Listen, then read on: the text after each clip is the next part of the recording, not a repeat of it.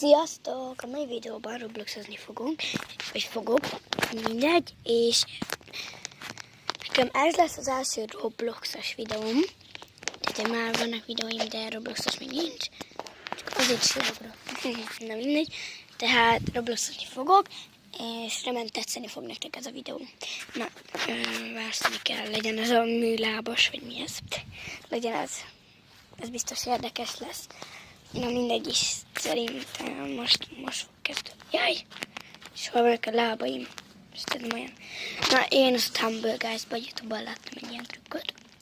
Egyébként nem szoktam mindig Stumble Guys, az mindegy. Ja.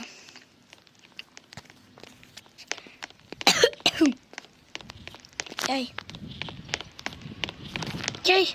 Megpróbálom, hogy most így első körre megnyerni.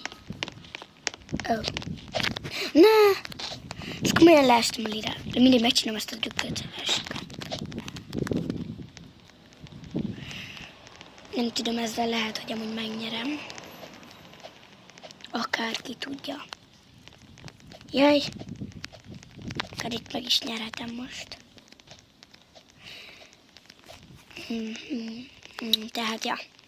Jaj, nem már leestem. Nem már.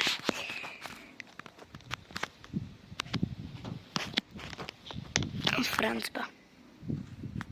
Bocsánat.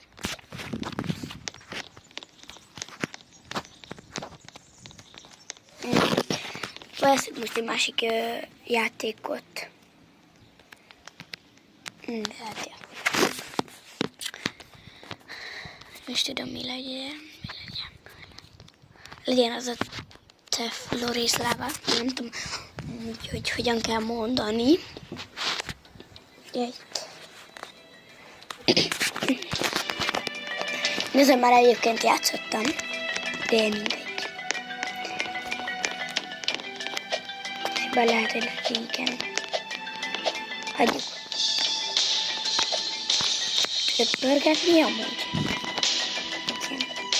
De ott írja ki, hogy ez spin. Ó, ez jó.